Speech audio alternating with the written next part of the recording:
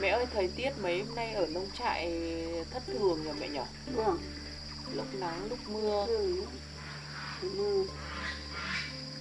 Mà đang nắng nó cũng mưa được luôn.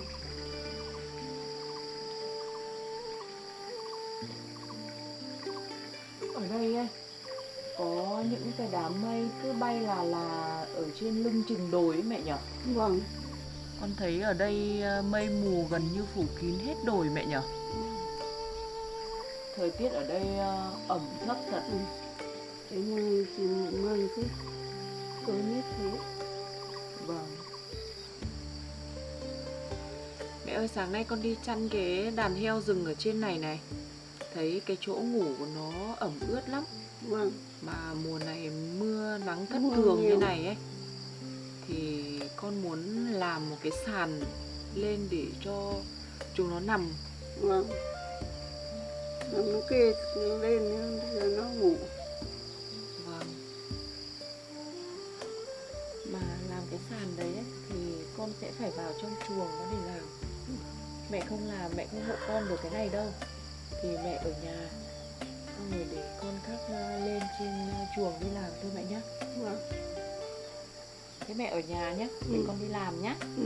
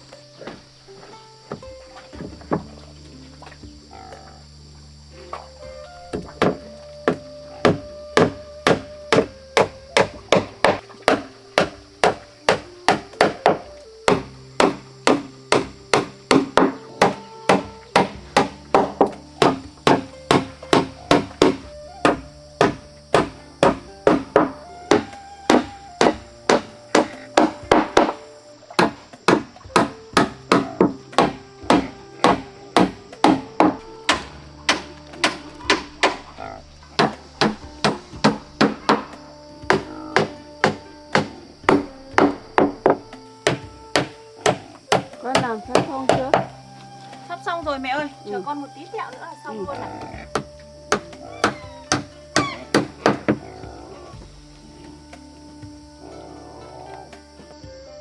Con làm cái sàn cho lợn đẹp lắm. Vâng, con thấy nó nằm ở dưới nền ấy, nó ẩm bùn nhiều quá nên con làm cái sàn cho nó ngủ mẹ ạ. Vâng.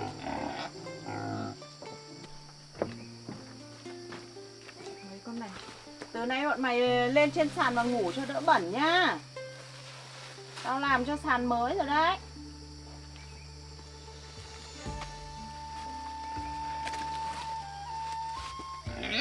Làm được cái sàn sạch thoáng rồi mẹ nhỉ?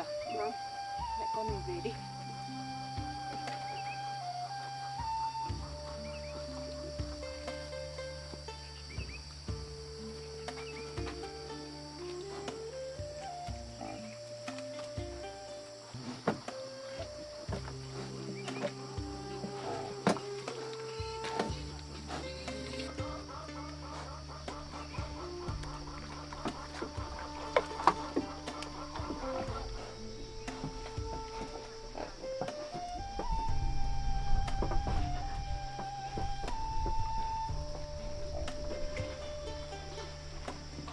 Mình làm xong cái sàn cho lợn ấy thì bây giờ dù có mưa hay như nào thì cũng yên tâm mẹ nhỉ? Vâng. Nó có chỗ cao ráo để ngủ ấy. Ừ. Cái chỗ ngủ sẽ Vâng ạ.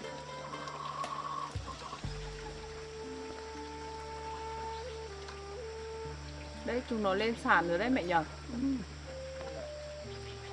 Cái sàn kia còn mới chắc là mấy con heo này cũng tò mò lắm đấy. Đi nhảy lên khám phá đấy.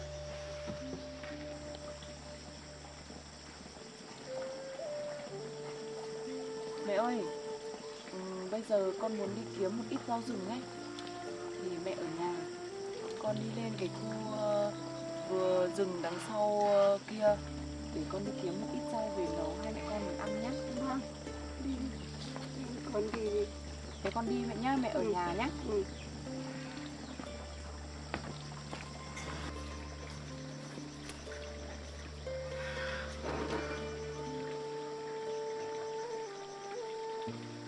Con đi cẩn thận nhá. Mẹ ơi con đi đây, mẹ ở nhà, mẹ đi lại trong nhà cẩn thận nhá. Vâng. Con cũng đi cẩn thận nhá. Cẩn Vâng. thận lắm. Vâng ạ, vâng. Con đi đây ạ.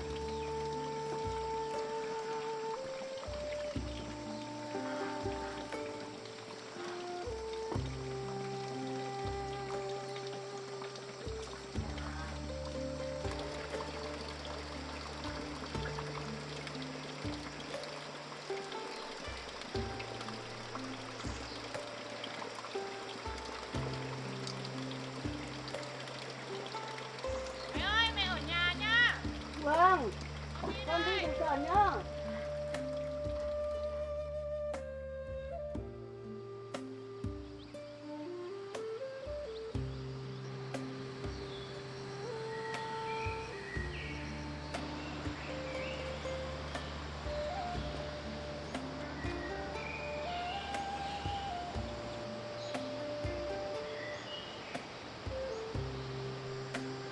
Thác nước kia thật là đẹp. Thiên nhiên ở nơi đây thật là hùng vĩ.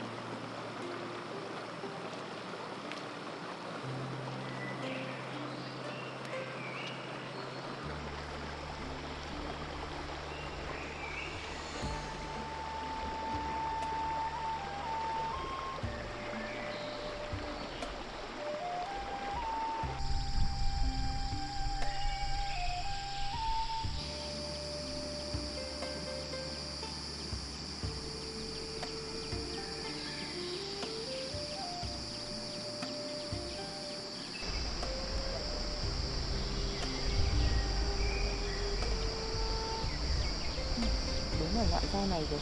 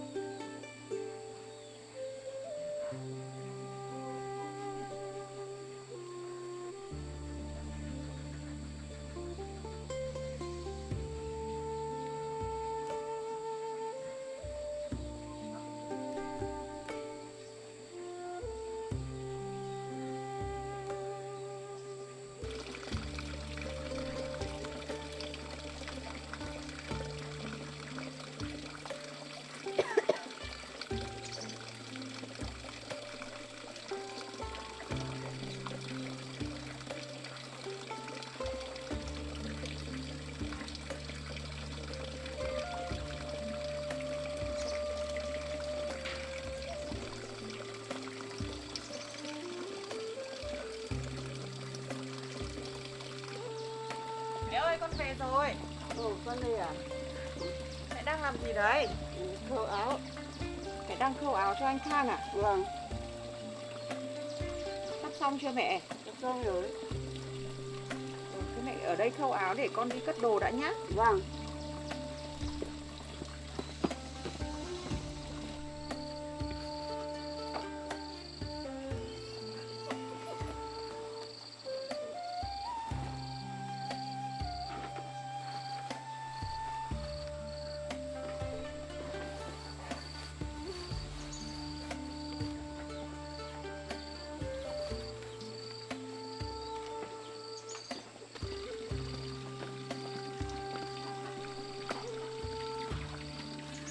Mẹ khâu sắp xong chưa?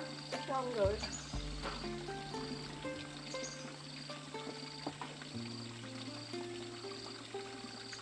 Con mời mẹ uống nước.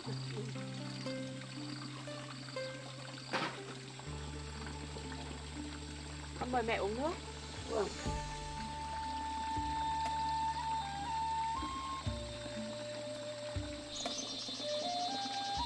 Con đi hái rau, con đi xa không? Đi cũng khá là xa mẹ ạ. Ừ. Đi đường nhiều không? Rau thì đủ hai mẹ con mình ăn rồi. Vâng. Vâng. Mẹ khâu xong chưa? Xong rồi. Mẹ khâu xong rồi. Ừ. Thế thì để con xem nào. Mẹ khâu xong rồi để con mang đi cất nhá. Vâng. Đi cất đi. Để con mang vào nhà cất.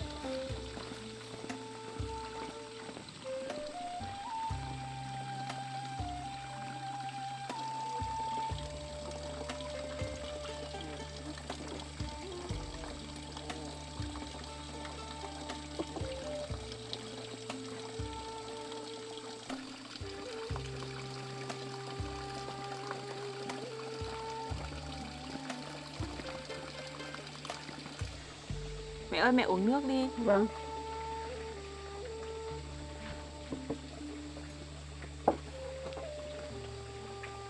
Mẹ ơi, hôm nay con đi hái cái loại rau đấy ấy, nấu với cá rất là ngon. Vâng. Con muốn bắt một ít cá ở dưới ao nhà anh Khang, có được không mẹ nhỉ? Được mà. Anh Khang là ăn, anh Khang thả. Thì cho mà.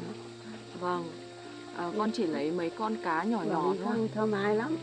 Vâng ạ. Thế bây giờ mình bắt cá như nào được mẹ nhỉ? Thế cho Khang cứ lấy cái bố mình bắt.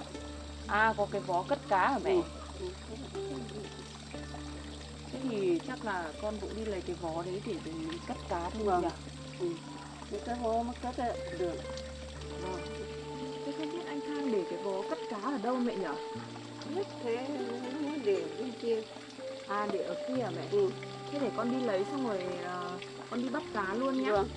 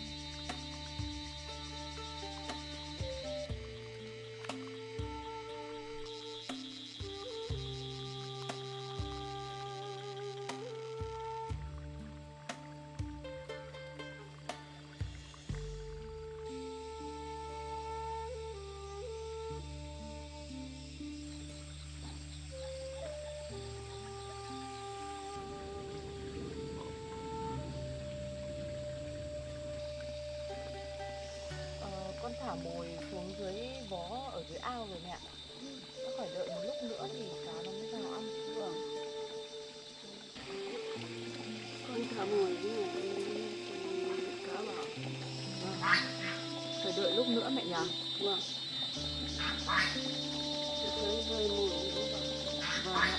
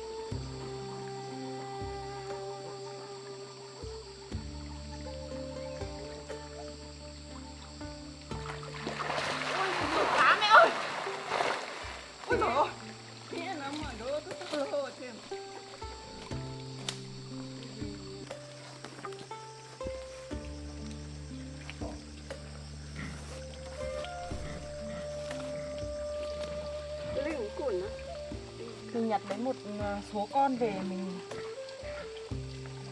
làm bữa ăn thôi mẹ ơi. Con này to mẹ nhở? To thế.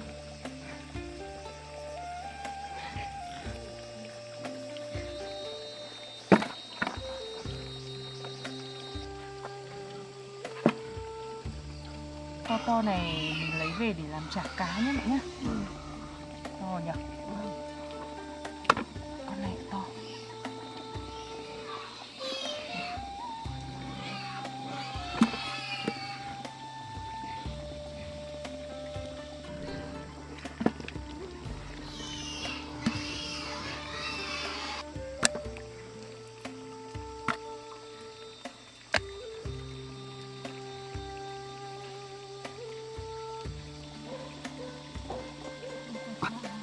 Mẹ ơi, mình lấy từng này con thôi để đủ mẹ con mình ăn thôi, còn những cái con bé này mình thả lại xuống ao nhé. Vâng. Thế mẹ cầm cái này về hộ con nhé. Để con thả cái này xuống.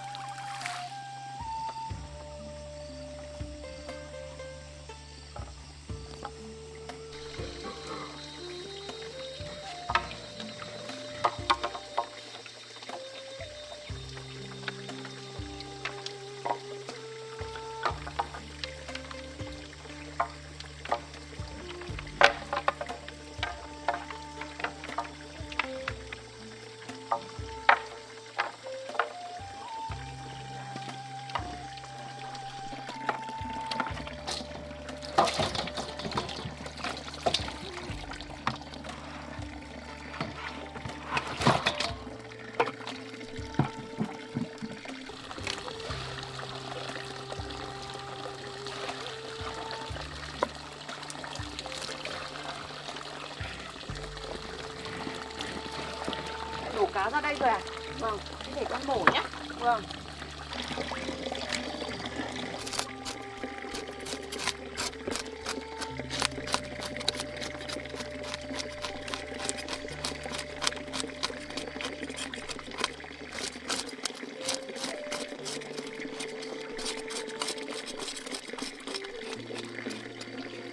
Mẹ ơi, mẹ ra kia ngồi đi.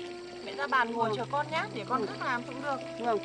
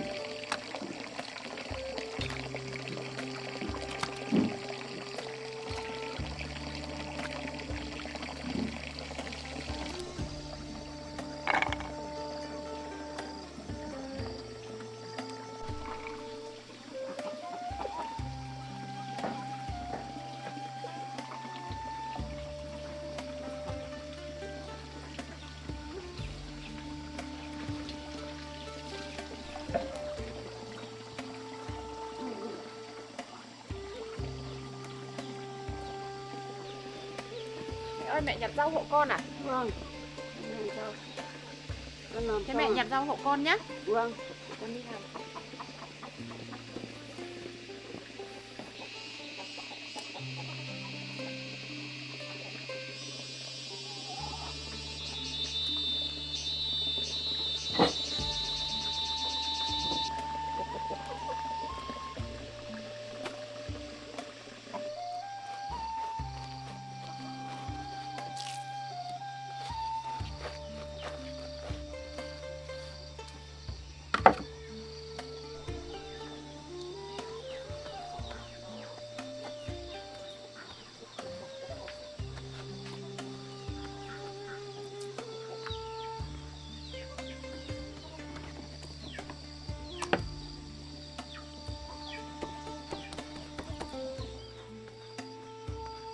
Mẹ ơi, mẹ nhặt đủ ăn cho con thôi là được.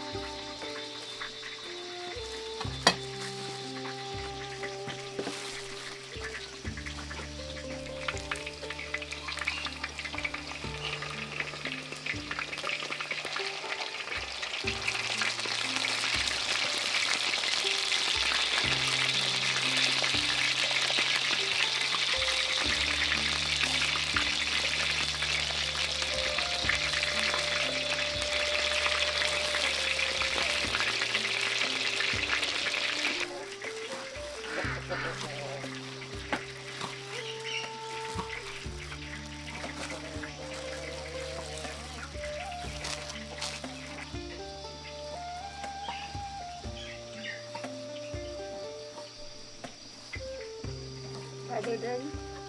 Vâng, mẹ chờ con một tẹo nhá, mẹ để đấy cho con, không mẹ Vâng. ra kia ngồi uống nước đi. Con nấu một tí tẹo là xong mình ăn cơm mẹ ạ. Vâng.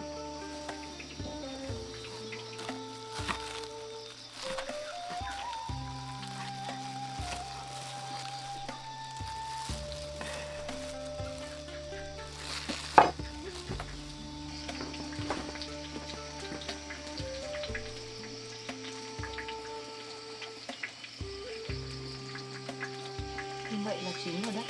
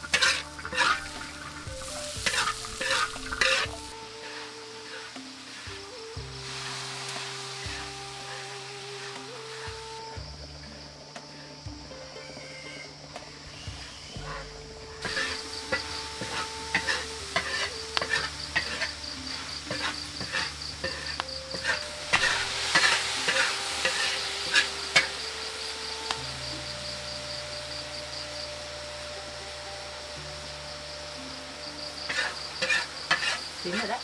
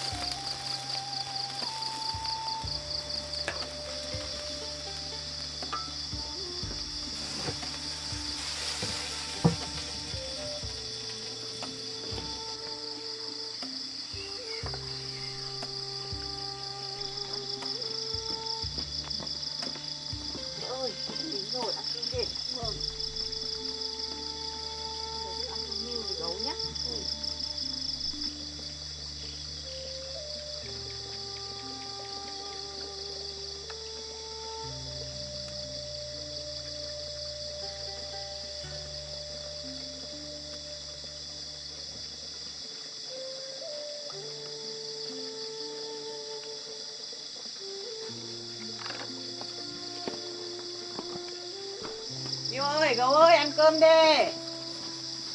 Trời ơi con gấu này. Gấu bên này. Gấu đây. Của gấu bên này. Đây. Của Miu này. Gấu không phải tranh của Miu. Của gấu đây.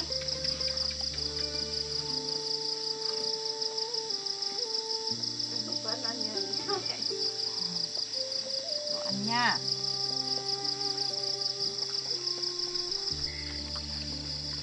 Miu ăn từ từ thôi.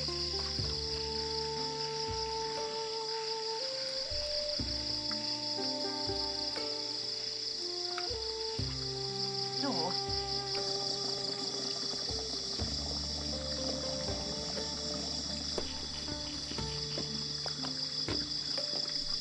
Con mình phải ăn cơm đi.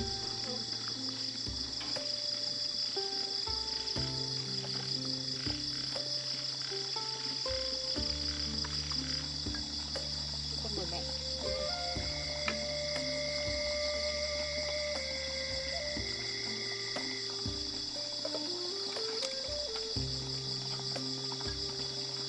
Mẹ ơi, con mời mẹ ăn cơm nữa. Ăn cơm.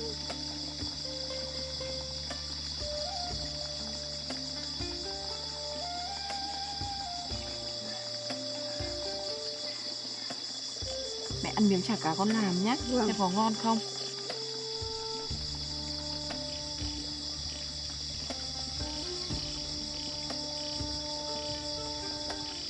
Chả cá ngon không mẹ?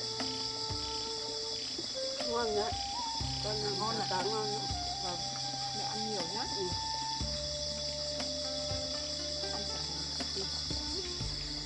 Mẹ ơi, mẹ ăn miếng rau dớn, canh rau dớn. Hôm nay con đi lên núi hái ấy.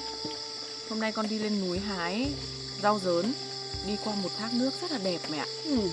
Đi cũng xa nhưng mà cảnh đình thiên nhiên ở trên đấy đẹp lắm mẹ ạ. Vâng.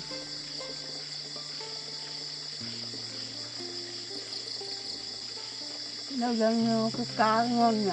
Vâng, nấu canh cá ngon lắm mẹ ạ. Con ăn đi. Vâng ạ. Nó con làm mình như cháu Khang đấy. Ngon lắm. Vâng, vâng ạ.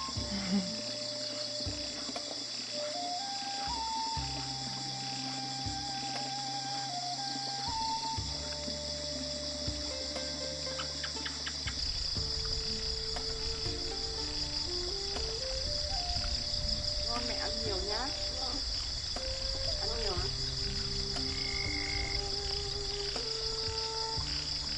Khang làm cũng ngon. Vâng. Con làm cũng ngon. Mẹ thấy nhớ anh Khang chưa? Nhờ chứ. Anh Khang chắc cũng sắp về rồi đấy mẹ ạ. Khang đi lâu quá không thấy rồi. Chắc là anh cũng sắp về rồi.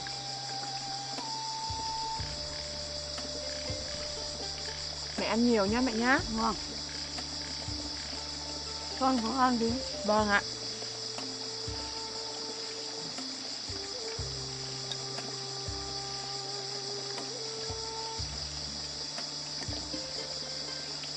Đây là món cà cai về con rang với thịt sấy hôm trước mẹ con mình làm ấy.